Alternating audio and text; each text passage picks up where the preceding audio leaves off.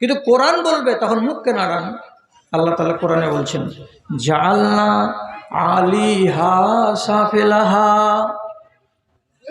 ওইখানকার মানুষগুলোকে আল্লাহর ফেরেশতারা তাদের গ্রাম, তাদের বাড়ি, তাদের জমি জিরাত, তাদের গরু বাছুর, আসবাবপত্র সমেত মাটির তলা থেকে খুঁড়ে উপরে উঠিয়ে নিয়েছিলেন।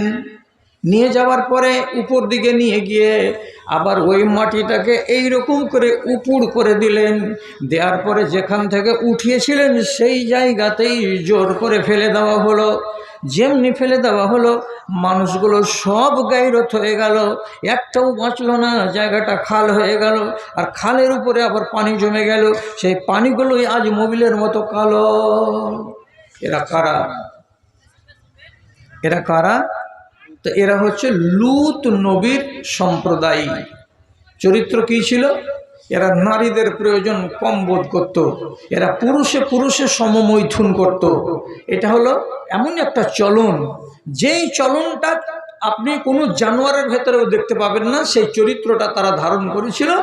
নবী লূত বলেছিলেন বারবার, এটা থেকে সাবধান হও, আল্লাহ তাআলা তোমাদের উপরে নারাজ হয়ে যাবেন। বুড়ো আঙুল দেখিয়েছিল। তাহলে দুর্গতিটা কি? চোখে দেখলেন তো জ্ঞান বেড়ে গেল। অনেক উদাহরণ আছে, আমি ওদিকে যাব না, আমরা আসল পয়েন্টের দিকে আমি যাচ্ছি। আপনাদের আমাদের সবাইকে আল্লাহ তাআলা চোখ দিয়েছেন, চোখ দিয়ে কিছু দেখেন না? কি দেখবো মাওলানা? তো কি দেখবেন? চোখটা আল্লাহ তাআলা দিয়েছেন আল্লাহকে চেনার জন্যই, তাছাড়া অন্য কোনো কাজ নেই। আল্লাহকে চিনবেন বলেই চোখটা দান। তো কি চিনবো? আপনি বলছেন আমাকে কি দেখবো? তো দেখবেন তো একটা তো দেখেন, ওয়ালাকাদ যায়্যানা সামা দুনিয়া বিমাসাবিহা ওয়া জাআলনাহা রুজুমান লিশায়াতিন। রাতের বেলায় যখন আকাশ পরিষ্কার থাকবে, মাঝে মাঝে নিজের বাড়ির ছাদে ঘুমাবেন উপর দিকে মুখ করে, মাঝে মাঝে নিজের আঙনাতে শুয়ে যাবেন চাটাই পেড়ে, তাকাবেন আসমানের দিকে, তাতে কি দেখতে পাবেন? নিহারিকা দেখতে পাবেন। সাদা মেঘমালা লম্বা হয়ে এখান থেকে শুরু করে বাংলাদেশ পর্যন্ত চলে গেছে। এর নাম কি? তো বলছে নিহারিকা। আবার কোনো দিন দেখতে পাবেন অনেক অনেক অগণিত অসংখ্য নক্ষত্র সামনে ফুটে আছে, তার ভেতরে মাঝে মাঝে দেখতে পাবেন একটা করে তারা একবার এই দিকে দৌড় লাগালো, গিয়ে নিভিয়ে গেল। আবার একটা তারা উত্তর দিকে দৌড় লাগালো, দৌড়াতে দৌড়াতে কিছু দূর যাওয়ার পরে সেও আবার নিভিয়ে গেল। কেন হয়, কি জন্য হয়, কে করায়, এই কথাগুলো আপনি যদি নিজে আবিষ্কার করতে না পারবেন, কোনো না কোনো আলেমের কাছে গিয়ে এই তথ্যটাকে জানবেন, তাহলে আপনার জ্ঞান বাড়বে। আর জ্ঞান যেদিনই বাড়বে সেদিন আপনার আল্লাহর সঙ্গে সম্পর্কটা বড্ড গাঢ় হবে, সেদিন আপনি বড় দরের ইমানদার হবেন। বাংলা কোরআন পড়েন। সূরা মুলকে আল্লাহ তাআলা লিখে রেখেছেন, আমি আসমানকে সাজিয়েছি এইভাবে, আর এইভাবে যে তারাগুলো পালাচ্ছে। কেন পালাচ্ছে? আপনাকে চোখটা আল্লাহ তাআলা এমনি দিলেন খালি লোকমা গুনবেন বলে? আর শুধু তরকারির সাইজ দেখবেন, ভাজা আছে না লবণ কম আছে, না ঝোল আছে না ঝোল নেই? অনেক কিছু কাজ আছে এই চোখে। এই জন্য রব্বুল আলামিন এত বড় নিয়ামত আপনাকে দান করেছেন। আপনি নিজে আক্কেল করুন। এইবার এখন শীত কেন? আচ্ছা, চৈত্র মাসের শীতগুলো যায় কোথায়? এরা এই দেশ থেকে পালিয়ে যায়। আবার আপনি জিজ্ঞেস করুন, আল্লাহ তুমি যে পাহাড়টাকে এরকম করে বানিয়েছো, পাহাড়টা ক্ষয় হয় না কেন? আপনি আবার জিজ্ঞেস করুন আল্লাহ রাব্বুল আলামিনের কাছে, নিজের নফসকে দিয়ে জিজ্ঞাসাটা করেন, আয় আল্লাহ 6 মাস উত্তর মেরুতে রাত, আর 6 মাস দক্ষিণ মেরুতে দিন, আবার 6 মাস দক্ষিণ মেরুতে হবে অন্ধকার, আর 6 মাস হবে উত্তর মেরুতে আবার আলো। এই ধরনের সিস্টেম গেলা আল্লাহ তুমি কিভাবে করলে, কেন করলে, কি লাভ আছে, কি জন্য করেছিলে, কার জন্য করেছিলে? এই কথাগুলো যদি আপনি জানতে যান, তাহলে জানতে গেলে আপনাকে চোখ দিয়ে দেখতে হবে, আর মুখ দিয়ে পড়ে পড়ে পড়ে পড়ে আপনাকে শিখতে হবে। এই জন্য রব্বুল আলামিন দুটো জিনিস আপনাকে দিয়েছেন। বর্তমানে আমরা মুসলমানেরা দুটো জিনিসকে কাজে লাগাই না, ওয়াকেজো। চোখ দিয়ে শুধু দুনিয়াকে দেখছি, আল্লাহকে দেখার চেষ্টা করি না, আর মুখ দিয়ে শুধু নিজের কথাই বলছি, আল্লাহর কথা আমরা কেউ বলতে রাজি হই না। যার কারণে ইমানের অবস্থাটা খুব দুর্বল। ভাই আমার, একটা কথা মনে রাখবেন। কি কথাটা? ইমান পেয়েছেন যারা যারা, তারা সবচাইতে বড় সম্পত্তি আল্লাহর কাছ থেকে ভাগ পেয়েছেন। কারণ রাসূলুল্লাহ বলছেন, রাসূলুল্লাহর একবারে সহিহ হাদিস। তো হাদিসটা পড়ছি তার আগে আপনাকে বলছি, পৃথিবীতে মোট কত মানুষ আছে এখন জানেন? 865 কোটি। ভারতে কতটি আছে জানেন? 136 কোটি। চীনে আছে সব থেকে বেশি, 154 কোটি। অন্যান্য দেশকে মিলিয়ে তারপরে সবকে এক জায়গাতে করবেন তো হয়ে যাবে কত? 865 কোটি। এই অঙ্কগুলো এক একটু 19-20 হয়ে যেতে পারে নতুন নতুন পরিসংখ্যানে, ওটা কোনো হাদিস কোরআনের কথা নয়। বাকি থাকলো কথা, সারা পৃথিবীতে যে এতগুলো মানুষ আছে এর ভেতরে মুসলমান কয়টা জানা আছে? 865 কোটি মানুষের ভেতরে মুসলমান হচ্ছে 135 বা 134 কোটি। 5 ভাগের 1 ভাগ থেকেও খানিকটা কম, এটি মুসলমান। এবার আপনাকে বলছি, ভালো করে চিন্তা করে কথাটা বলবেন আর বুঝবেন। নবীজি বলছেন, ইন্নাল্লাহা ইউতিল মালা লিমান ইউহিব্বুহু ওয়া লিমান লা ইউহিব্বুহু। আল্লাহ রাব্বুল আলামিন দুনিয়াতে যাকে ভালোবাসেন তাকেও এবং যাকে ভালোবাসেন না তাকেও ধন সম্পদ, টাকা পয়সা, গাড়ি বাড়ি, জমি জিরাত দান করেন। কি বুঝলেন? আমার যদি ধন থাকে তাহলে আমি কি খুব বুক ফুলিয়ে বলবো যে আল্লাহ আমাকে ভালোবাসেন বলে, আল্লাহ আমাকে, আচ্ছা ঠিক আছে, আল্লাহ আমাকে ভালোবাসে বলে আমাকে এত গাড়ি বাড়ি জমি জিরাত দিয়েছেন?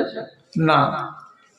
ধনী হয়েছেন বলে এটা ভাববেন না যে আমি আল্লাহর খুব পিয়ারা বান্দা, হরগিজ নয়।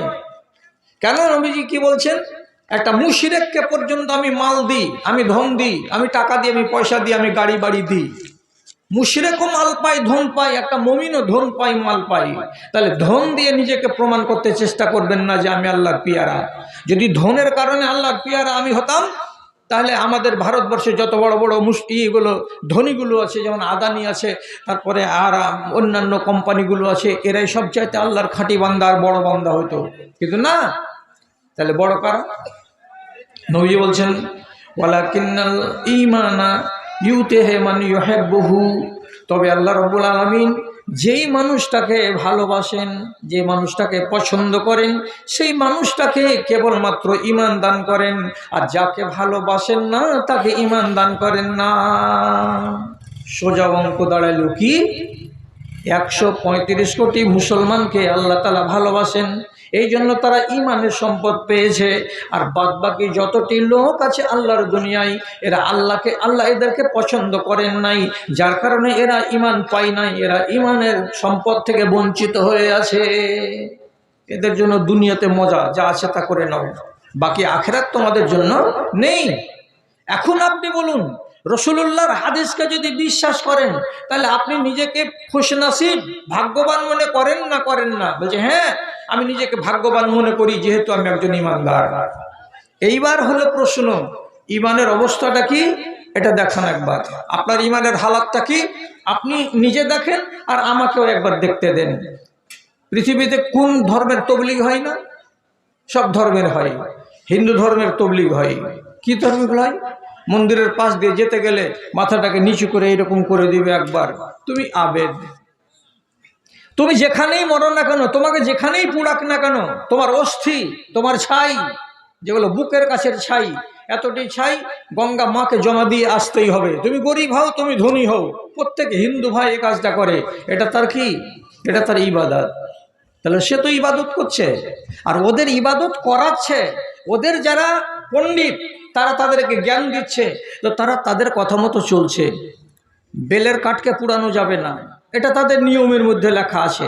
নিজের কাছে জমা রাখেন তো, এখানে রাখেন তো। পোড়াই না বেলের কাঠ। কোনো হিন্দু ভাই, কোনো মা জীবনে পোড়াবে না, কেন? যেটা আমার ধর্ম। তাহলে সে নিজের ধর্ম করে বলতে চাইছে আমি ধার্মিক, রবিবারের দিন গোসল করে পরিষ্কার কাপড় পরে যে কোনো খ্রিস্টান পৃথিবীর ওর বাড়িতে যদি থাকে ঈসা নবীর মূর্তি অথবা যদি গির্জাতে যেতে হয় তো যাবে। আর যাওয়ার পরে যিশু খ্রিস্টের সামনে দাঁড়িয়ে, ওই যিশু, ও মাই গড, হে যিশু, তুমি আমার আল্লাহ, তুমি আমার খোদা, আমাদের গুনাহগুলোকে তুমি ঘাড়ে করে নিয়ে শুলিতে চড়ে গেছো আর আমাদেরকে তুমি মুক্ত বানিয়ে দিয়ে চলে গেছো। এই জন্য আমরা জেনা, ব্যভিচার, পাপ ধাপ সবই কিছু করি, তবু আমাদের কোনো অন্যায় নয়, আমাদের পাপ তুমি ঘাড়ে করে শুলিতে চলে গেছো। যিশু খ্রিস্টকে মেনে নিল। আর নেওয়ার পরে যেই ঢেরা চিহ্ন কাটে তাকে শুলি দেওয়া হয়েছিল, এটাকে শুলি কাষ্ট বলা হয়। এই চিহ্নটা বুকের উপরে এমনি করে এঁকে নিল 3 বার। যখন শুলি কাষ্টকে বুকে 3 বার আঁকা হয়ে গেল, আবেদের বেটা আবেদ বাড়ি চলে গেল। 7 দিন আর কোনো কাজ করতে হয় না, তো সেও তো আবেদ। এর আর বাকি 8 দিন ওয়াজ নাই, নসিহত নাই। আর আপনার চায়ের দোকানে যদি কোনো মুন্সি দেখতে পাই বাহাতে চা খাওয়া, এই খাওয়া দেখে না থাকা, ওয়াজ হচ্ছে, একটা লোক হাল চালাচ্ছে, আজান পড়ে গেল, আর একটা লোক আর গুড়া দিয়ে আর কয়েছে, চাচা আজান হয়ে গেছে জি, শুনতে পাওনি? ওয়াজ চলছে। বছরে 52টা জুমার খুতবা, এক একটা মৌলবি 25 মিনিট করে খুতবা দেয়, শুধু আপনাকে রিচার্জ করছে। 52টা খুতবা বছরে, তার মানে কি 26 ঘন্টা আপনাকে ওয়াজ করা হয়েছে। এতটি ওয়াজ শুনলেন? এরকম জালসাগুলো বছরে আপনারা 4টা শুনবেন, 4 4 16 ঘন্টা, এতটি জালসা শুনবেন। তারপরে ঈদুল ফিতর আর ঈদুল আজহাতে আধা ঘন্টা করে 1 ঘন্টা আপনি খুতবা শুনেন, এতগুলো ওয়াজ আপনাকে লাগবে। তারপরে আপনার ইমান কি করছে? বলছে জল দাও গোড়াই, জল দাও, বাঁচি না, গেল দম, গেল জান গেল। আপনার ইমানের অবস্থা এত করুন কেন? পৃথিবীতে সবচাইতে ইসলামকে যে গঞ্জনা দেয় আর লাঞ্ছনা দেয় আর যে কষ্ট দেয় আর ইসলামের উল্টো করে, অন্য জাত যা করে তার চাইতে বেশি মুসলমান নিজে করে। কটা কারণ মানেন? আল্লাহ রাব্বুল আলামিন বলছেন, যাকে ভালোবাসি তাকে ঈমান দিই, আর যাকে ভালোবাসি না তাকে ঈমান দিই না। যাদেরকে ঈমান দিয়েছি তাদের ভেতরে আল্লাহ রাব্বুল আলামিনের নবী আবার বলছেন, এইগুলো লোক সবটি ভালোবাসা, কিন্তু এর ভেতরে একটু কম একটু বেশি আছেই। তো আপনার যদি 3 বেটা হয় তো একটা বেটা তো একটু বেশি ভালোবাসা হবেই। বাড়িতে যদি 3টা বৌমা থাকে তো সেবা শুশ্রূষার দিক দিয়ে একটা বৌমা তো কমসে কম 2টোর চাইতে ভালো হবেই, একটু 19-20 হবেই।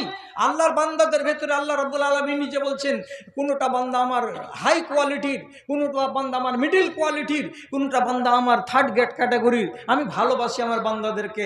হাই কোয়ালিটির বান্দা কোনটা?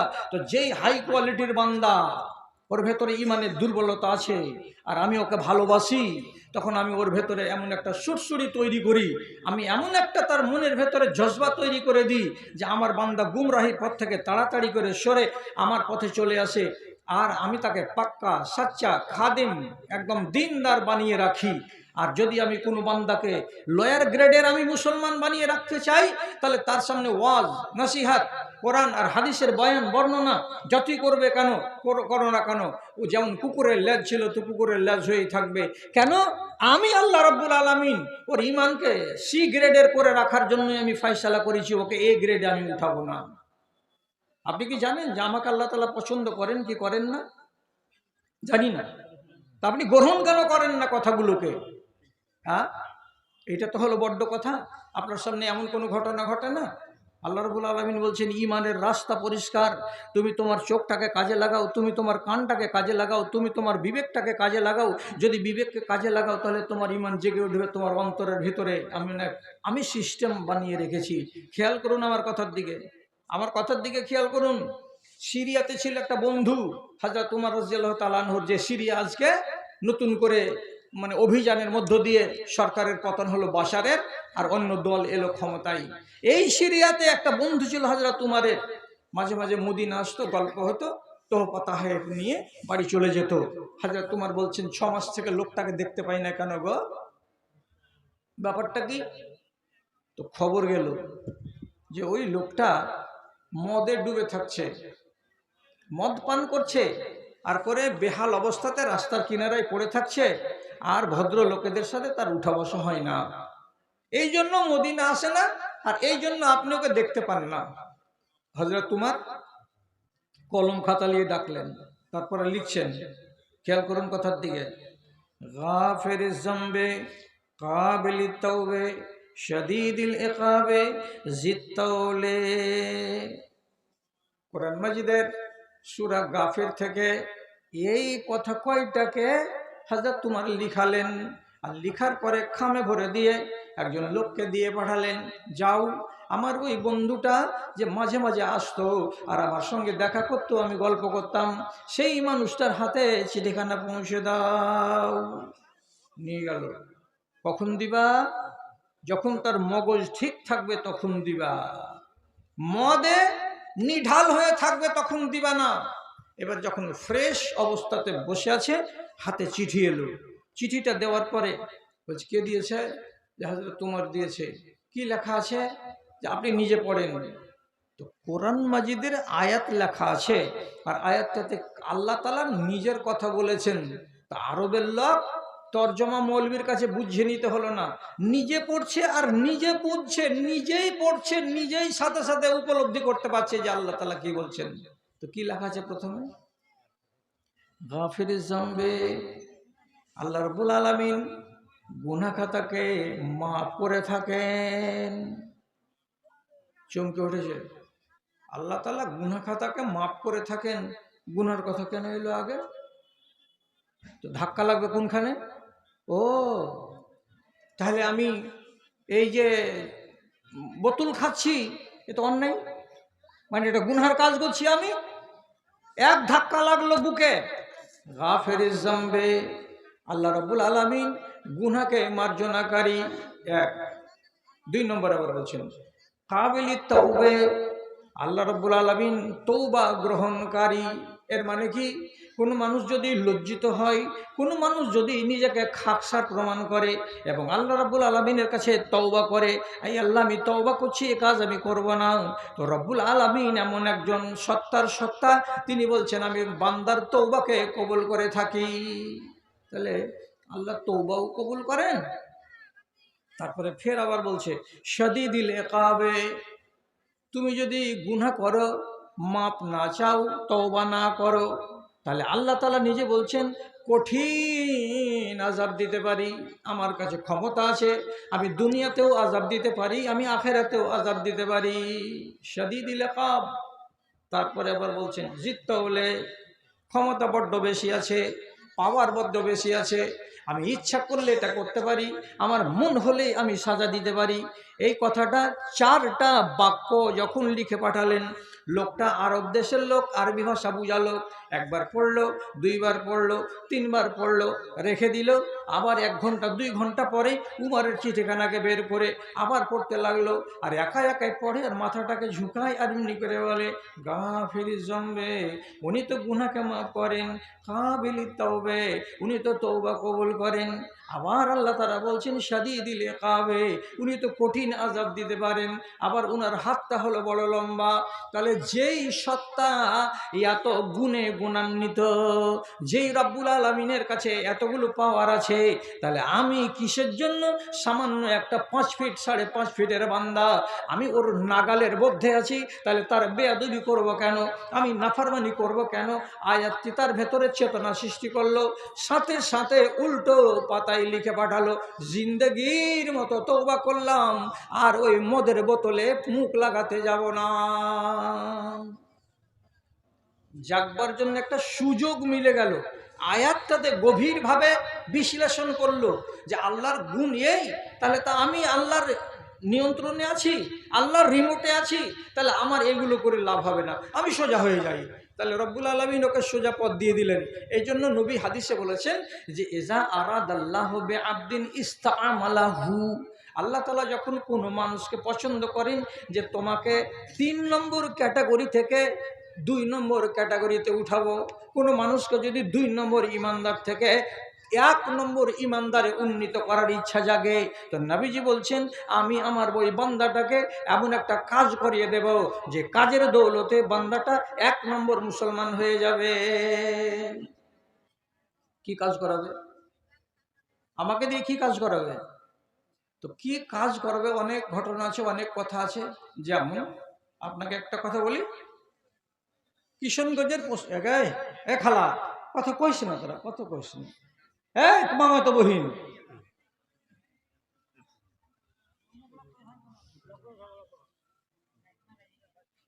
আপনাকে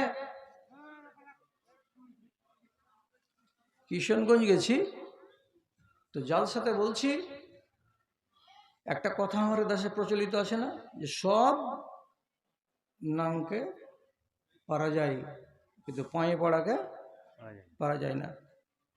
তো কথাটা শুনতে খারাপ লাগছে, কিন্তু বাস্তব হলো এটাই।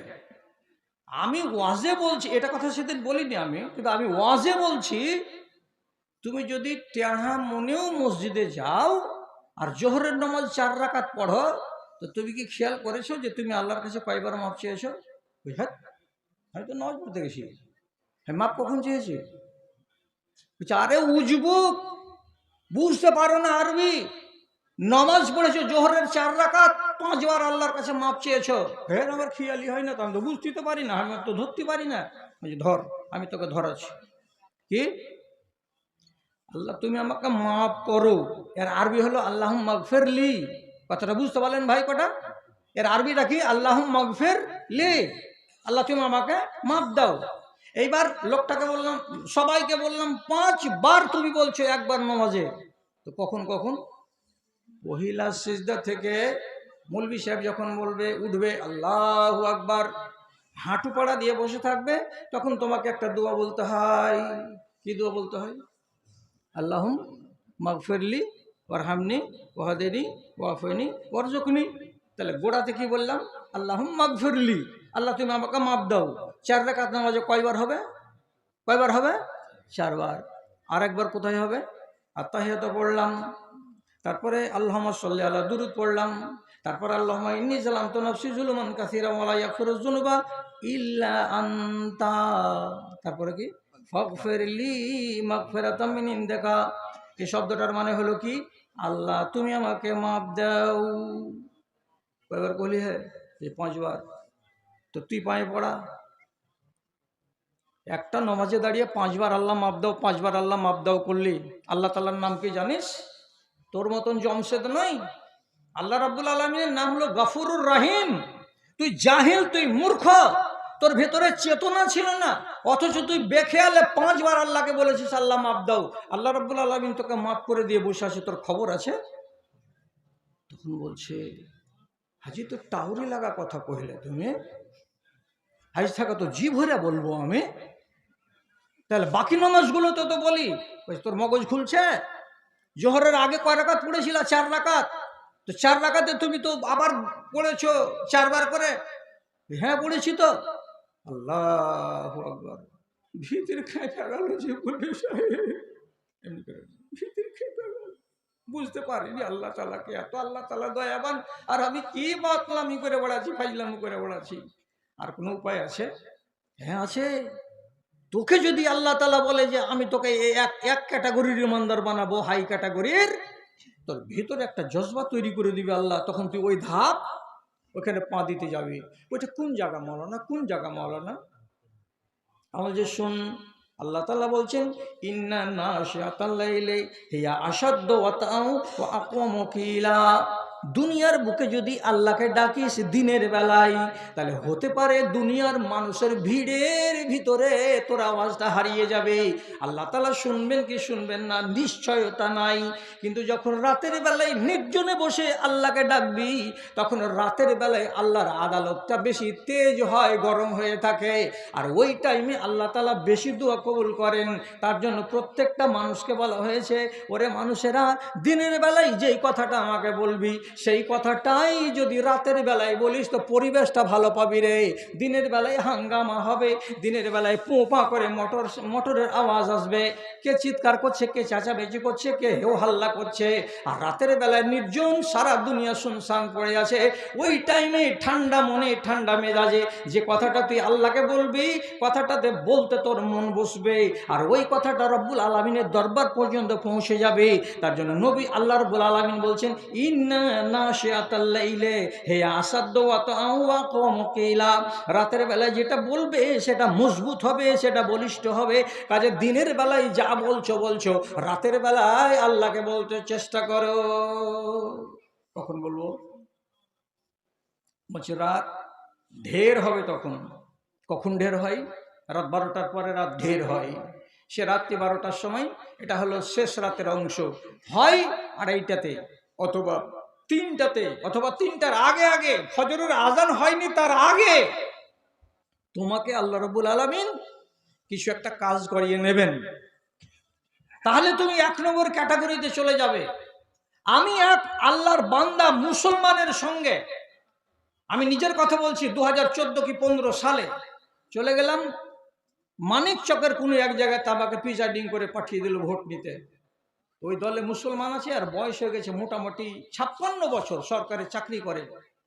গল্প করতে করতে বলছে, মাওলানা অভ্যাস হয়ে গেছে 4 বছর থেকে, যে যখনই রাত্রি 2টা বেজে যাবে তখন ওই খেপার মতন বেকুফের মতন এমনি বসে আছি, ঘুম নাই চোখে, কোনো কাম নাই, বসে আছি, গলিতে হাঁটছি, একবার এদিকে লাইট মারছি, একবার এদিকে দেখছি, বেটা বহু ঘুমাচ্ছে, বাড়িওয়ালি ঘুমাচ্ছে, সারা জগৎবাসী ঘুমাচ্ছে, আমার কোনো ঘুমই হয় না, হাজার চেষ্টা করে ওই বসে বসেই কাটবে। আমি ওকে তখন হঠাৎ করে বলছি, আল্লাহ রাব্বুল আলামিন আপনার কাছে একটা কাজ দিবেন, এই জন্য একটা সিস্টেম চালু করেছেন, তো কাজটা দিচ্ছেন না কেন করে? আমার কাছে কাজ নেবেন আল্লাহ মানে কি দেবেন আমার কাছে কাজ? আমি বলছি, কাজটা কি জানেন? রব্বুল আলামিন রাত 3টার সময় আপনার চোখ থেকে ঘুমটাকে নামিয়ে দিচ্ছেন। এর মানে কি, বান্দারে বসে বসে জেগে জেগে সময় নষ্ট না করে আমার সাথে সম্পর্ক লাগাও। আমি আপনার সঙ্গে কেমন করে সম্পর্ক লাগাবো মালিক? তো নবীজি বলছেন এবং আল্লাহ তাআলা নিজেও বলছেন, রাতের বেলায় আমার সঙ্গে সম্পর্ক লাগাতে গেলেই তোমাকে একটা নামাজ পড়তে হবে। এই নামাজটার নাম হলো তাহাজ্জুদের নামাজ। বসে বসে সময় কেটে যাবে, নামাজ পড়তে গেলেও সময় কেটে যাবে। আল্লাহ ঘুম ভেঙে দিচ্ছেন, তো নামাজে কেন আরম্ভ করছেন না? আপনি জেগে জেগে বসে না থেকে আপনি খানিকটা নামাজগুলো পড়ে নেন, আর আপনার এই হাত দুখানাকে, গুনাহগার হাতকে তুলে আল্লাহ রাব্বুল আলামিনকে শেষ রাতের বেলায় যেটাই বলবেন ওই কথাটাই আল্লাহ তাআলা কবুল করবেন, নিশ্চয় করবেন, নিশ্চয় করবেন। নবীজি বলছেন, 3টা কাজ করো, জান্নাতের টিকিট হাতে করো। 3টা কাজ করো, জান্নাতের টিকিট হাতে করো। কি? আফসুস সালাম, সালাম বাড়িয়ে দাও। ওয়াতিমুতাম, ফকিরকে খানা খেতে দাও। সাল্লু বিল্লাইলি ওয়ান নাসু নিয়াম, আর দুনিয়ার মানুষেরা ঘুমাবে তখন রাতের বেলায় নির্জনে নামাজ আদায় করো। উদখুলুল জান্নাতা বিসালাম, আল্লাহর জান্নাতে চলে যাও। যখন আল্লাহর জান্নাতে যাবে তখন ফেরেশতারা তোমাকে ঝাঁকে ঝাঁকে বলবে সালাম সালাম সালাম, অভিবাদন করবে আর বলবে সালাম সালাম। 3 কাজ। কখন? যখন দুনিয়ার লোক শুয়ে থাকবে তখন। তা আপনার যে টাইমটা জেগে যাওয়ার, সেই টাইমটা তো দুনিয়ার লোকের ঘুমিয়ে থাকার। আপনি বুঝতে পারেন না যে আল্লাহ তাআলা আপনাকে চাইছেন? এমনি করে চুলকাছে, খচখচে আছে, দাঁড়িয়ে গেল, চুলকাছে। বলছে, মাওলানা কথাটা যদি ফেলে দিব অন্যায় হবে, আর কথাটাকে মেনে নিব, তো 8 রাকাত আর 3 রাকাত 11 রাকাত নামাজ কি আমি পড়তে পারবো? আল্লাহ পড়াবেন বলেই জাগাচ্ছেন, হিসাবটা শুরু করে দেন কাল থেকে। ও খ্যাপাকে দেখছি সেদিনই খানিক বাদে ওই রাত্রি 3:30 পৌনে 4টার সময় আজান পড়েছে, তো আমার আগেও উজু করছে। আপনি জেগে গেছেন? জেগেছিলাম। জেগে গেলেন না, জেগেছিলাম। কয় রাকাত নামাজ পড়লেন? বলছি, তখন মসজিদে যে বা এখানে গিয়ে 2 রাকাত আগে 2 রাকাত পড়ে পড়বো, আগামীতে বেশি করে পড়তে হবে। পারলেন করতে কথাটা? হাতখান ধরে নিলে ফজরের টাইমে এমন করে মা মারা কান্দন কাঁদতে লাগলো। অনেক পাপ আছে মাওলানা, এগুলো মাফ হবে? বলছে, মাফ হবে মানে? আল্লাহ তাআলা নবী নিজে বলছেন যে তুমি আল্লাহর কাছ থেকে যদি সার্টিফিকেটটা নিতে চাও তাহলে 1 নম্বর স্তরে তোমাকে উন্নীত হতে হবে। আর উন্নীত হতে গেলে তোমার চোখের সামনে কোনো একটা এমন ভাসবে সিস্টেম, যেটা আল্লাহ তাআলা তোমাকে দিয়ে করাবে, আর করার পরে তুমি 1 নম্বর মুমিন হয়ে বসবে। সিস্টেমটা চলে এসেছে একটা তোমার সামনে, তুমি শুরু করে দিও বাড়ি যাওয়ার পরে। সূর্য যখন নামিবে পাটে, আধার আসবে ছেয়ে। সূর্য যখন নামিবে পাটে, আধার আসবে ছেয়ে। বিশ্বজগৎ অঘরে ঘুমাবে, তুমি থাকবে চেয়ে, শুধু তুমি থাকবে চেয়ে। এমন আধারে নির্জনে বসে একবার তারে হাঁকো, ডাকো তারে ডাকো, মনের কালি মুছে ফেলে দিয়ে নয়ন পাতায় আঁকো, ডাকো তারে ডাকো। কেন এই নামাজটার এত সোয়াব? এদিকে আসতে হবে আমাকে, আমার মূল বিষয়টা নয়। এতগুলো সব আল্লাহ তাআলা দিলেন। তো বলছে এই নামাজটা পড়তে গেলে প্রথমে উজু করতে হয়। উজু করার পরে মুসাল্লা পর্যন্ত যে আসবে, বাথরুমের দিক থেকে এক পা দু পা করে করে তাড়াহুড়া করতে হবে না। ওইখান থেকে এক পা দু পা করে আসবে, আর সূরা আলে ইমরানের শেষকার রুকুটা আস্তে আস্তে আস্তে আস্তে করে পড়বে। পড়তে পড়তে পড়তে পড়তে উপর দিকে মুখ করে, কিন্তু নিচু দিকে মুখ করে নয়, আসমানের দিকে মুখ করে পড়বে।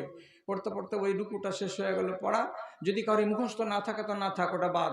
তারপর আগে বলতে হবে, খেয়াল করুন কথার দিকে, সুবহানাল্লাহ 10 বার, আলহামদুলিল্লাহ 10 বার, আস্তাগফিরুল্লাহ 10 বার, সুবহানাল্লাহি ওয়া বিহামদিহি 10 বার, আল্লাহুম্মা ইন্না আউযু বিকা মিন যিকিদ দুনিয়া ওয়া যিকি ইয়াউমিল কিয়ামা 10 বার। 10 বার 10 বার 10 বার করে এই 6টা বাক্যকে যখন আমার পড়া হয়ে যাবে, তখন আমি নামাজে দাঁড়াবো। নামাজটা আমি মন দিয়ে পড়ব। এবার আপনি বলেন তো, একটা মানুষ যদি আল্লাহর দরবারে দাঁড়াবার আগে মুসাল্লাতে পা রাখেনি, তার আগেই যদি ওই গভীর রাত্রিতে আল্লাহকে বলে, আল্লাহ মাপ দাও, একবার বলবি রে বান্দা, ওই যে না দুবার বললো, দুবার নয়, এটা বলবে 10 বার, আস্তাগফিরুল্লাহ আস্তাগফিরুল্লাহ। কয়বার বললাম? তো 10 বার বললাম। 10 বার যদি কোনো বান্দা রাতের বেলায় নির্জনে আল্লাহ রাব্বুল আলামিনের সামনে দাঁড়িয়ে বলতে পারে, মাপ দাও মাপ দাও, আল্লাহ রাব্বুল আলামিন বলছেন, বান্দারে তোর কাজ হলো পাপ করা, আর আমার কাজ হলো মাপ করা। তুই পাপ কর, আমি মাপ করব। তাহলে আপনাকে এই জন্য এই নামাজটাতে এত গুরুত্ব দিয়েছেন। সিস্টেম আছে, আপনি যতই টেढ़া হয়ে থাকেন, যদি আল্লাহ তাআলার মনে জেগে যায় একে সোজা করব। হঠাৎ 65 বছর বয়সে আর দাড়ি কামাবে না, দাড়ি বড় বড় রেখে দিল, নামাজ পড়তো না, নামাজ ধরে নিল, পরেজগার হয়ে গেল, দিনদার হয়ে গেল। কেন হলো? আল্লাহ তাআলা বলছেন, নবীজি বলছেন, ইস্তামালাহু হাত্তা ইয়ামুতা সলিহান।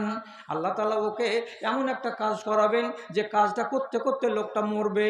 তো মরবে তো কেমন হয়ে? সলে হয়ে মরবে, দিনদার হয়ে মরবে, মুমিন হয়ে মরবে। এ ক্যাটাগরির মুমিন হয়ে কবরে যাবে। আপনার সামনে কোনো নজির ভাসেনি? না ভাসেনি। একটা সাহাবীর কথা বলছি, কান দিয়ে শুনুন। নিজের 2 চাচাকে আর ভাতিজাকে বদরের যুদ্ধে ধরা পড়েছিল, টাকা দিয়ে ছুটিয়ে নিতে হবে। মক্কা থেকে এসেছে মদিনা। তো মক্কা থেকে মদিনা এসেছে, নামটা হলো জুবাইর। এই সাহাবীর নাম হলো জুবাইর ইবনে মুতাইম। আসার পরে মুগরবের ঠিক টাইম, এই টাইমে রাসূলুল্লাহর সঙ্গে কথা হবে না, উনি ওযু করে মসজিদের দিকে চলে যাবেন। সুতরাং এখন আর কথা বলতে পাওয়া যাবে না। তো নিজে নিজে তখন সাহাবীদেরকে ডেকে বলছেন, আচ্ছা ভাই, আমি যদি আপনাদের মসজিদের ভেতরে নামাজ পড়াগুলো একটু কান দিয়ে শুনি, তো আপনারা মারবেন নাকি? শোনা যাবে? ভিতরে যাব না, ভিতরে যাব না, আমি বাইরে থাকবো। আপনার নবীজি নামাজ পড়াবেন আর আমি বাইরে থেকে কান দিয়ে খালি শুনবো কথাগুলো, কি হয়, কেমন করে রুকু বলে, রুকুতে কি বলে, একটু শুনবো।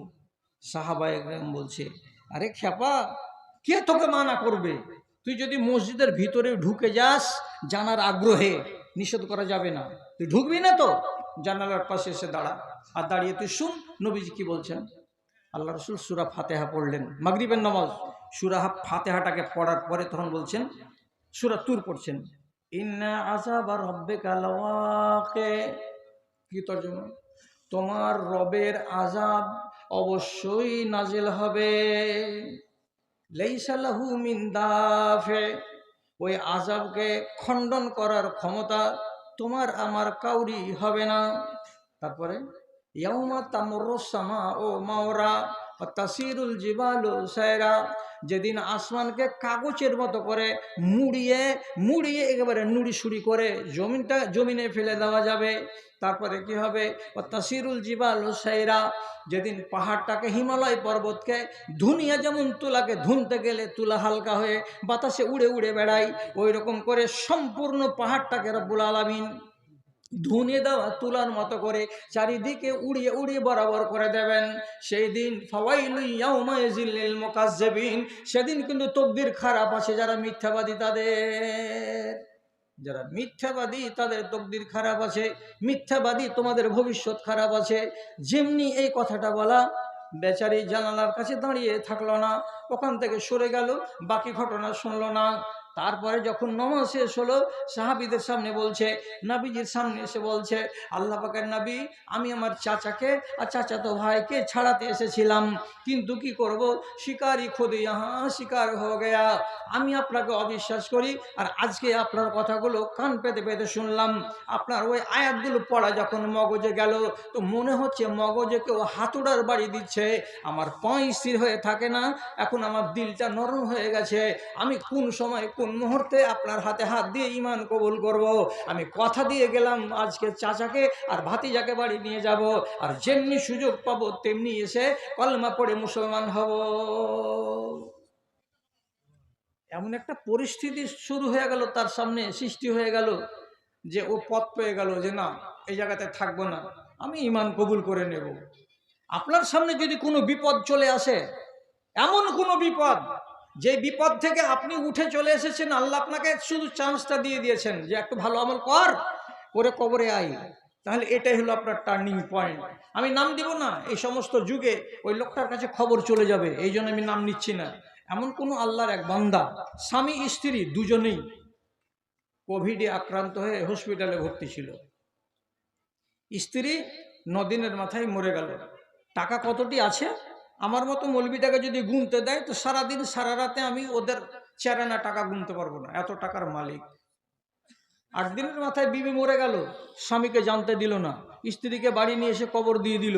টাকা পয়সাওয়ালা লোক মিলিটারিদের হাতে, পুলিশের হাতে লাশ দেয়নি, লাশকে এখান থেকে নিয়ে এসে তারা মাটি দিয়েছে কবরস্থানে। 15 দিন পরে ছুটি পেয়ে বাড়ি এলো এই ভদ্রলোক। তারপরে এসে জিজ্ঞেস করছে, তোর মাকে কখন ছাড়বে রে?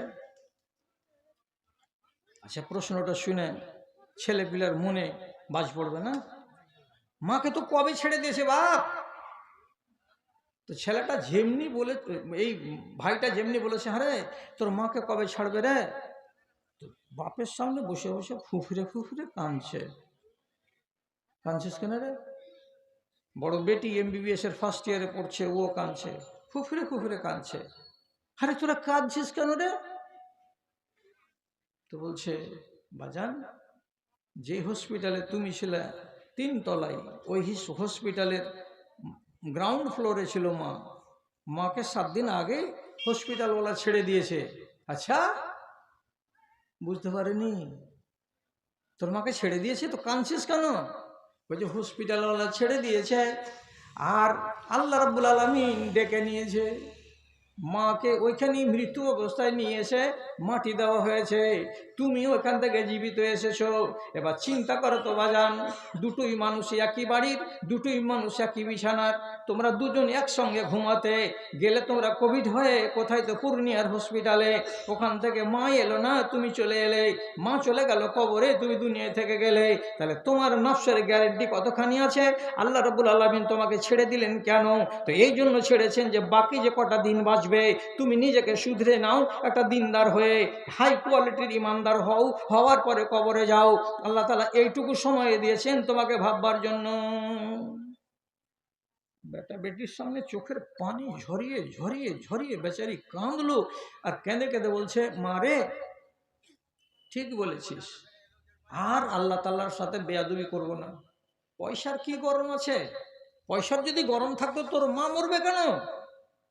আল্লাহ যে আমাকে নিল না, ছেড়ে দিল, আল্লাহ তো নিয়ে নিত। তোর মাকে নিয়েছিল 7ম দিনে, আমাকে নিয়ে নিত 8ম দিনে, না নিয়ে আমি 16 দিনের মাথায় ছুটি পেয়ে এলাম। তাহলে নিশ্চয়ই আল্লাহ তাআলা আমার মঙ্গল চাইছেন। প্রত্যেক মানুষের জীবনে একটা টার্নিং পয়েন্ট আছে, ওই টার্নিং পয়েন্টে তার মগজ ঘুরে, তারপরে সে সোজা হয়ে যায়। আর অনেক মানুষ আবার সোজা হয় না। জানেন, একটা লোক ইতিহাসে প্রসিদ্ধ, তার নাম হলো ফাজল ইবনে আয়াজ। এর লোকটার বাড়ি হলো খোরাসানে। সেই খোরাসানি লোক লুটতারাজি করত, রাস্তাকে ঘিরে নিয়ে ছিনতাই করত। সে ছিল সেই যুগের ডন। টাকা পয়সার অভাব ছিল না। তিরমিজির হাদিসে আছে, ইন্নাহু লা ইয়াতাওয়াররাউ মিন যামবিন ইল্লা ফাআলাহু। কোন একটা গুনাহকে দেখে দিল কাঁপতো না, কতল দেখে মন কাঁপতো না, কোনো মানুষকে চড় মেরে দিতে তার মন কাঁপতো না, কোনো মানুষের ধনকে দিনের বেলায় লুটে নিতে মন কাঁপতো না, মানুষকে ঠাঠিয়ে দিতে তার মন কাঁপতো না। এমনই শক্ত মনের মানুষটা ছিল।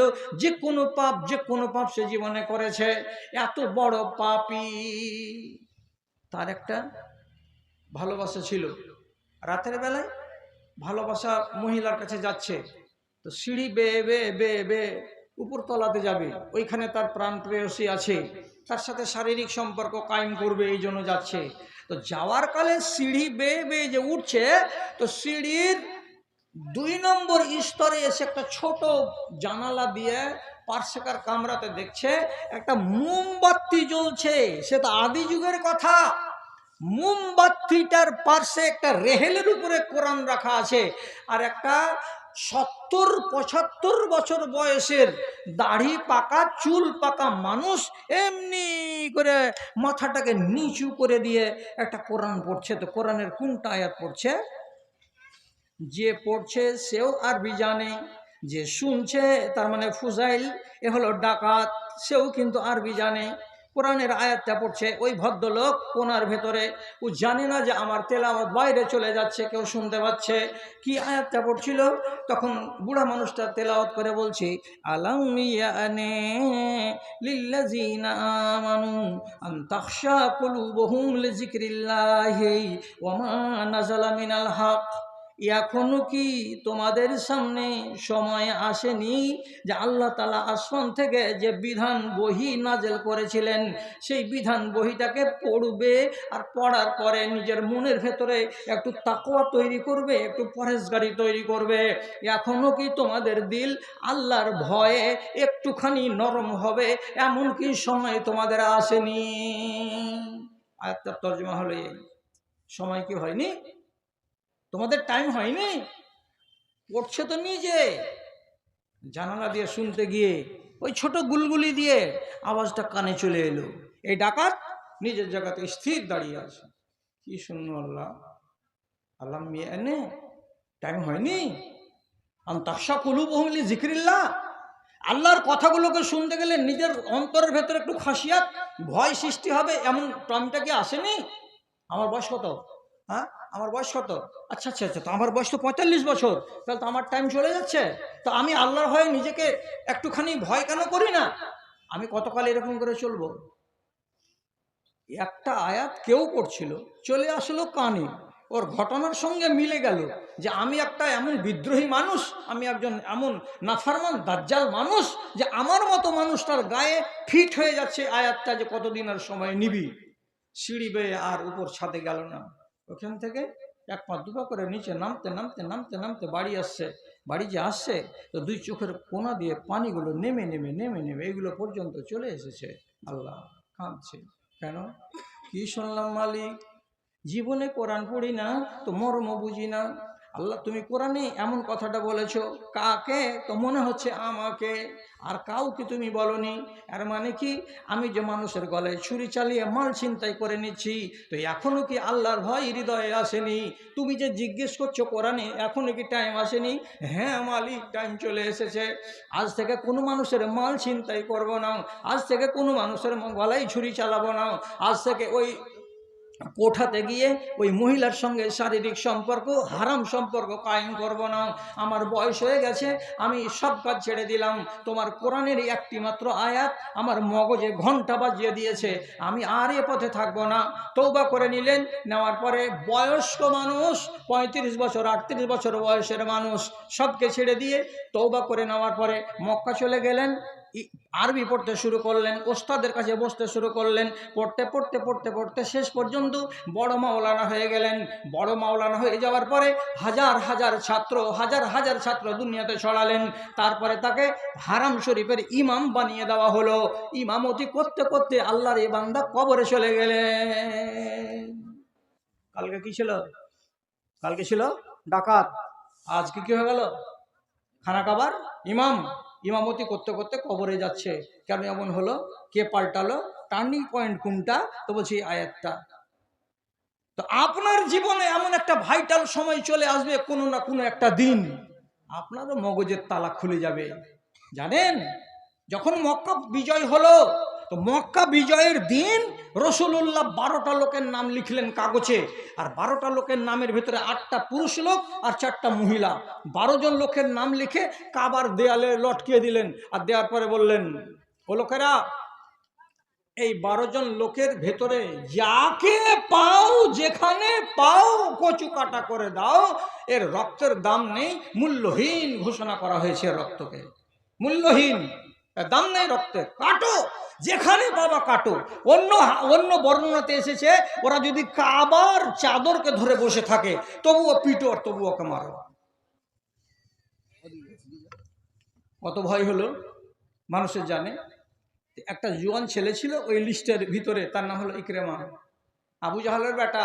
আর শিখবেন তো, ইকরামা আবু জাহালের বেটা, যে মারদুদ পাকা মুশরিক, নবীজির জবানাতে আল্লাহ রসুলের সাথে বেহুরমাতি করেছিল আর মারা গেছিল আবার বদরের যুদ্ধের দিন।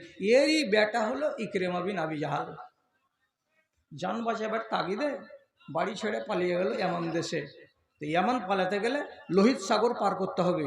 লোহিত সাগর জায়গায় জায়গায় কম চওড়া হয়ে গঙ্গা নদীর সমান হয়ে আছে। গঙ্গা নদীতে এপারে উঠেছে আর ওই পারে যাবে, আর যাওয়ার পরে চলে যাবে এমন দেশে। তো যখন নদীতে উঠে নৌকাতে বসেছে, 15 মিনিট পরই তুফান শুরু হয়ে গেল। এত তুফান যে নৌকা এমনি করে আর এমনি করে এমনি করে।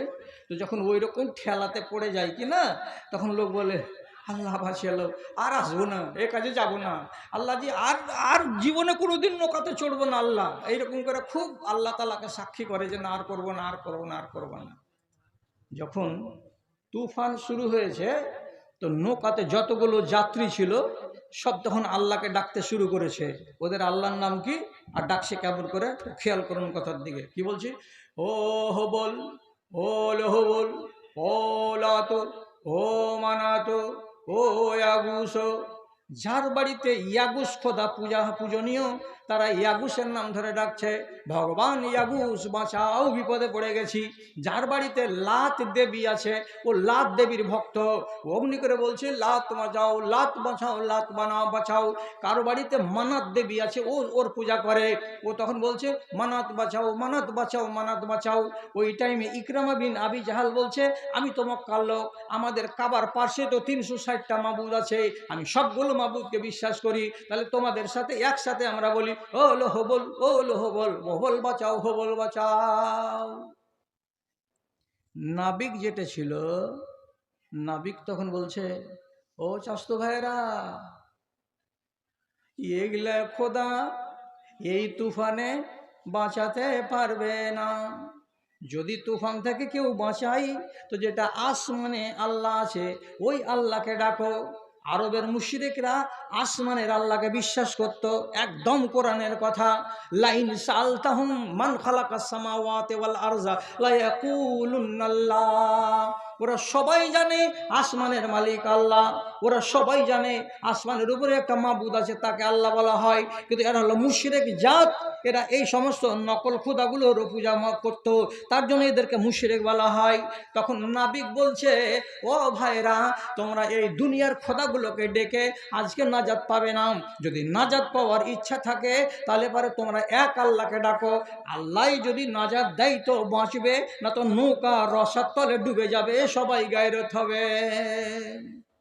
তখন এরা সবাই বলছে তাহলে আল্লাহকে ডাক, আল্লাহ বাঁচাও, আল্লাহ বাঁচাও, আল্লাহ বাঁচাও। ঠেলার নাম বাবাজি। এখন আল্লাহকে ধরেছে। তখন আল্লাহ তাআলা এই ঘটনাটাকে সাক্ষী করে কোরআন মাজিদে একটা আয়াত নাজিল করে বলছেন, কুল মান ইউনাজ্জিকুম মিন যুলুমাতিল বাহরে ওয়াল বাহরে। হে লোকেরা, তোমরা আমাকে জবাব দাও, আমি জিজ্ঞাসা করছি। যখন সমুদ্রে তুফান উঠে যায় আর যখন তোমাদের দেশে 150 কিলোমিটার বেগে সাইক্লোন চলতে শুরু করে দেয়, তখন ওই রকম সাইক্লোনে আর ওই রকম ঝঞ্ঝাই ঝড় তুফানের কালে কে তোমাদেরকে নাজাত দেয়? কে তোমাদেরকে নাজাত দেয়? কাকে তোমরা ডাকো, ডেকে কল্যাণ পাও? একমাত্র আমি আল্লাহ। আমার হুকুম হতে গেলেই আমি ঝঞ্ঝাকে থামিয়ে দেব, ঝড় তুফানকে আমি রুখে দেব।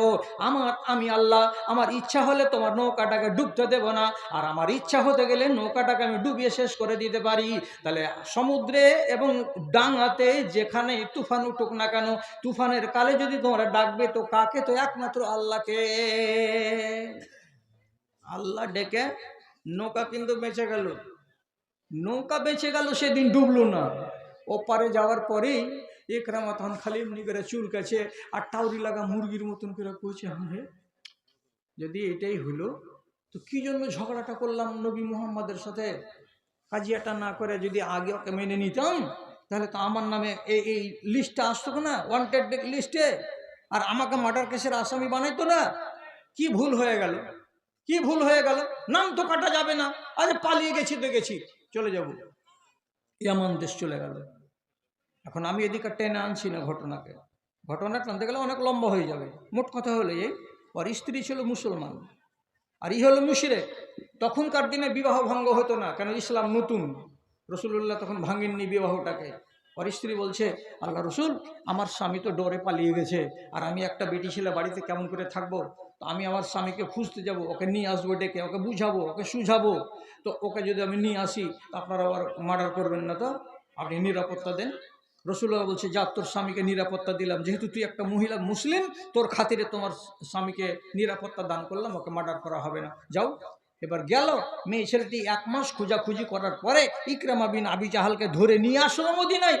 মেয়ে আর বিবি সামনে এসেছে, রসুল্লাহ বলছেন, মুখ কেন লুকাইছো যে? মুখ ছাড়ো না। মুখ ছেড়ে তারপরে বলছে, আল্লাহ রসুল, বিগত দিনে যা কাজ করেছি মুখ ছেড়ে কথা বলবার মতো নয়। নবীজি বলছেন, আগেকার গুনাহ মাপ যদি ইসলাম কবুল করে নাও, একটাও তোমার পাপ লিখা যাবে না, তুমি কবুল করবে ইসলাম। সঙ্গে সঙ্গে নবীজির হাতে হাত দিয়ে ঈমান কবুল করে নিচ্ছে।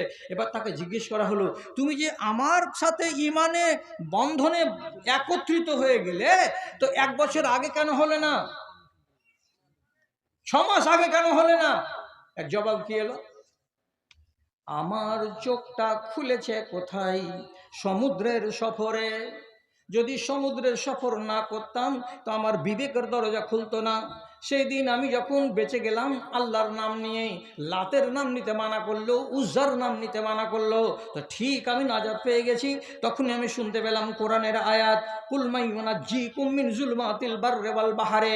সেদিন আমার ইয়াকিন হয়ে গেল মনের ভেতরে, আয় আল্লাহ রাব্বুল আলামিন, তোমাকে না ধরে আর তোমাকে না মেনে আর দূরে থাকবো না। যেমন করে হোক মদিনা যাব, রসুলুল্লাহকে মানবো, তাহলেই আমার সব কল্যাণ হবে। টার্নিং পয়েন্ট কোথায় তৈরি হলো? সমুদ্রে। আপনার কবে হবে? আপনার কবে হবে? যদি আপনার 3টা বাচ্চা থাকে, 2টা বেটি থাকে আর 1টা বেটা থাকে, যদি বেটাটাকেই আল্লাহ রাব্বুল আলামিন মেরে দেয়, আপনি কি বলবেন? আপনি কি বলবেন? বলবেন যে আল্লাহ তাআলার চোখ নেই, নাউজুবিল্লাহ। একটা বেটি গালা নিয়ে নিত, বেটাটাকে কেন নিল? এই, ওটা কথা বলার নয়। তোর জমিতে যে ভুট্টা লাগানো আছে, ভালো ভালো গাছ সবই আছে, তার ভিতরে একটা মোটা কড়া গাছটা, ওটাতে রুই লেগে গেছে, অন্যান্য বেলা তো রুই লাগেনি, তুই বলবি রুই তোর চোখ ছিল না যে মোটা গাছটাতে লাগতে গেলি? না, রব্বুল আলামিনের মশিয়াত, যখন যেটা চাইবেন সেটাই হবে আর সেটাই তিনি করবেন। সুতরাং কে আগে বললো কে পাছে বললো এর ব্যাপারে এতরাজ করা যাবে না, আপত্তি তোলা যাবে না। তো কত মানুষের হয় কি, ছেলে পিলে মরে গেলে ওর ভিতরে পরিবর্তন আসে। কত মানুষ হয় কি, পাপ করে করে করে করে করে করে যখন ওর চুল টুল পেকে যায়, তখন হঠাৎ একটা সময় আসে, কোন মৌলবীর কোন মাওলানার হয় কথা শুনে অথবা কোনো কিতাব পড়ে, তখন ওর মনের ভেতরে বিগলিত অবস্থা সৃষ্টি হয়। তখন বলে যে আল্লাহ, আমি আর এগুলো করব না, আমি নিজেকে বদলে নিব। আল্লাহ, কথা শেষ করে দিচ্ছি। জাড়ের দিন, শীতের দিন, আপনাকে কথা দিয়েছিলাম যে 1 ঘন্টার বেশি বলবো না, তো কথার উপর আমি কায়েম আছি, আপনি আর পালাইয়েন না। সাথে একটা কথা খালি বলে দিচ্ছি, তারপর আপনাকে আমি ছেড়ে দেবো। এরা রুখতে পারবে না আমাকে, কেন যে জালসার খবর আছে যে 12টাতে শেষ হবে, কিন্তু কারণবশত 12টায় শেষ করা যায়নি, একটুখানি টাইমটা বেড়ে গেছে, তো বেড়েছে, এই ছেড়ে দিলাম আপনাকে। সেটা কথা হলো এই, তুফাইল বলে একটা লোক ছিল বনি ইসরায়েলদের ভিতরে। তুফাইল কেমন লোক? যে কোনো পাপ ও করেছে নিজের জীবনে। পয়সার গরম, যদি কোনো মানুষের কাছে পয়সা বেশি হয়ে যায়, তাহলে মানুষের চরিত্র হলো একাধিক নারীর কাছে গমন করা।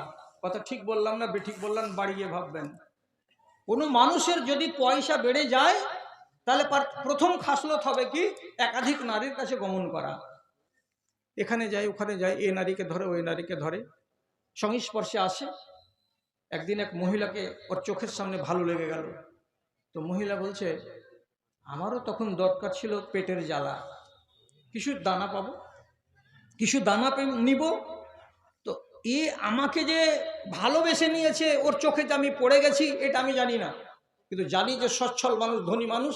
আমি এই লোকটার কাছে এসে বললাম, আমার কিছু প্রয়োজন ছিল ভাই, আমাকে যদি 1-2 মাসের জন্য 3 কেজি 4 কেজি আটা দিতে, আমার ওতে একটা মাস 20টা দিন চলে যেত, আমি তোমাকে শোধবোধ করে দেব। তো কিফল বলছে যে তোমাকে 5 কেজি আটা কেন, গোটা বস্তা তোমাকে দিয়ে দিব। তুমি আমার কথা শুনো, আমি তোমার কথা শুনবো। তো কি তোমাকে তোমাকে আমাকে তোমার কথা শুনতে হবে? তো সরাসরি প্রস্তাব দিয়ে বলছে, তোমাকে আমার সঙ্গে শারীরিক সম্পর্ক কায়েম করতে হবে একবার। তুমি যদি নির্জনে আমার সঙ্গে মিলিত হও, তাহলে এতটি দাবি তোমার সব ফ্রিতে দিয়ে দেওয়া যাবে, আমি একবার তোমার কাছে টাকা চাইব না। তো নবীজি বলছেন, মানুষের কাছে যখন দরিদ্রতা চলে আসে, তখন মানুষটা কুফুরের দিকে হাঁটে। কেন? যখন দরিদ্র হয়ে যাবে মানুষ, তখন ওকে অন্যায় কাজ করতে দেরি লাগবে না। মানে কুফুরের দিকে হাঁটা মানে কি, পেটে ভাত লাগবে, যেমন করে পাই তেমনি করে আমি কামাই করব। তখন মানুষ হারাম কাজ করবে। কত নারী পেটের জ্বালাতে নিজের ইজ্জত বিক্রি করে, আর করছে কিসের জন্য? পেট চালাবো, তার জন্য ইজ্জত বিক্রি করে পেট চালা। এই জন্য রসুল্লাহ দোয়া করতে বলেছেন, বাবা রে, মাঝে মাঝে তোমরা দোয়া করে, আল্লাহুম্মা নাউযু বিকা মিনাল ফাকরে ওয়াল কুফরে। আয় আল্লাহ, এমন তুমি দিন আমাকে দিও না যে আমি আমল করতে করতে করতে করতে এমন এক পর্যায়ে চলে যাই যে আমি কাফের হয়ে যাব। আল্লাহ, ওই দিন আমার জীবনে আনিও না। আর একটা দোয়া আপনাকে করতে হবে কি, আল্লাহুম্মা নাউযু বিকা মিনাল ফাকরে, আল্লাহ তাআলা তুমি আমাকে এমন ফকির করিও না, এমন অভাবী করিও না যে আমাকে টানা 3 দিন 4 দিন 5 দিন 6 দিন আমার পেটে দানা যাবে না আর অনাহারে পড়ে থাকবো। যদি আমি ফকির হয়ে যাই, তাহলে আমাকে তখন করতে হবে কি, হাত বাড়াতে হবে। আর আমার ইজ্জতকে বিক্রি করে হতে গেলেও, চুরি করে হতে গেলেও আমার পেট আমাকে চালাতে হবে।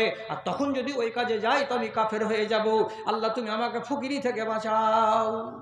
নবীজি দোয়া করেছেন, করতে বলেছেন আপনাকে।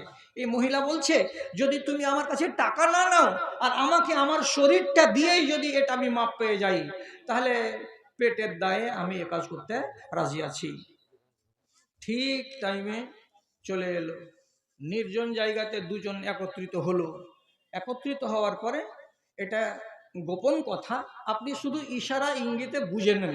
সেটা কি, যখন শারীরিক সম্পর্ক কায়েম করার জন্য ওই মহিলাকে রাতের অন্ধকারে কোন একটা ফাঁকা জমিনে গিয়ে তাকে শুইয়ে দিয়েছে, তো সেই সময় মহিলা শুধু থরথর থরথর করে কাঁপছে, শুধু কাঁপছে। তো এই ব্যক্তি প্র্যাকটিক্যাল করতে যাবে, তার আগেই ওর শরীরে যদি হাত দিয়ে দেখছে, তো থরথর থরথর করে মহিলা কাঁপছে। তখন বলছে, এই লিমাযা তাতাহাররাক আ উকরাহতুকা, এই মেয়ে ছেলে এত হিলছো কেন, এত ডুলছো কেন? এই কাজের সময় কি কেউ এত হেলানোড়া করে নাকি? চুপচাপ পড়ে থাকো জমিনে, এত নড়াচড়া কেন করছো, তো হিলাহিলি কেন করছো? আমি কি তোমার উপরে জুলুম করছি নাকি? আমি কি তোমার উপরে জোর জবরদস্তি করছি নাকি? তুমি রাজি আছো বলে তো আমি এই কাজ করতে যাচ্ছি, তাহলে তোমার হাত পাগুলো এত কাঁপছে কেন, কাঁপে কেন? তখন মেয়েটি বলছে, ইন্নী মা ফাআলতু যালিকা ফি হায়াতি কাত্ত। ওরে আমার ভাই, আমি এই কাজটা জীবনে কোনোদিন কারোর সাথে করিনি, এবং আমি জানি যে এই কাজটা একমাত্র স্বামীর সাথে হালাল। আর স্বামীকে বাদ দিয়ে দুনিয়ার কোনো রাজা সম্রাট চলে আসতে গেলেও তার সাথে আমার হালাল নয়। অথচ তোমার সামনে আমি হারাম কাজটা করতে যাচ্ছি কেন? তো আমার পেটের জ্বালাই। তখন আমার ভেতরটা এমনি এমনি করছে আর বলছে, আমাকে যদি আমার রব একদিন জিজ্ঞেস করে বলে, এই বান্দি, কিসের জন্য এত বড় অন্যায় কাজ করতে গেলি? তোর পেটটাই এতই কি কাঙ্গাল হয়ে গেছিল যে তোর লজ্জাস্থানকে কেন বেচতে গেলি? এই প্রশ্নটা যখন মগজে আসছে, তখন ভিতরটা আল্লাহর আযাবের ভয় এমনি এমনি করছে, তার জন্য কাঁপনি শুরু হয়েছে, আর তার জন্য দেহটা হিলছে।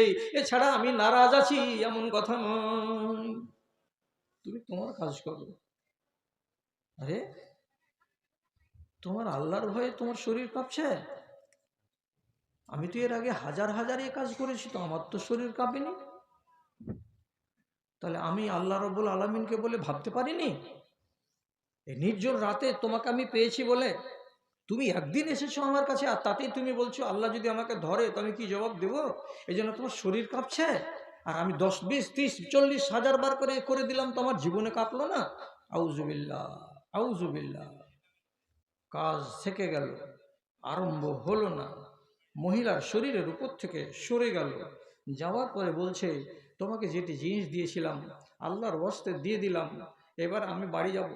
বাড়ি যাওয়ার কাল আমি এখান থেকে কান্না করতে করতে যাব, আমার রবকে বলবো এখন রাত, আমি সকাল পর্যন্ত রব তোমাকে ডাকবো, এই রব, একটা মেয়ে যদি একদিন ও পাপের কাজে এসে এতটুকু কাঁদতে পারে, তা আমি যে আমার জীবনটাকে বিলীন করে দিয়েছি পাপের কাজে, তাহলে আমাকে কতটি কাঁদতে হবে। এই আল্লাহ, আমি কি জোরে জোরে কাঁদবো না আস্তে আস্তে কাঁদবো? এই আল্লাহ, শুধু আমি আওয়াজ করে কাঁদবো না চোখের পানি ঝরিয়ে ঝরিয়ে কাঁদবো? কেমন করে আমি কাঁদবো আমি ভেবে পাই না।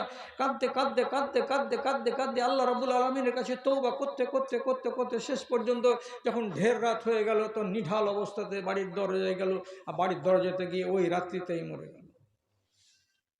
বনী ইসরায়েলদের নিয়ম কি ছিল? কোন মানুষ পাপ করতে গেলে আল্লাহর পক্ষ থেকে তার ঘরের দরজাতে লেখা থাকতো, তুমি এই জরিমানা দাও, তোমার পাপ মাফ হবে।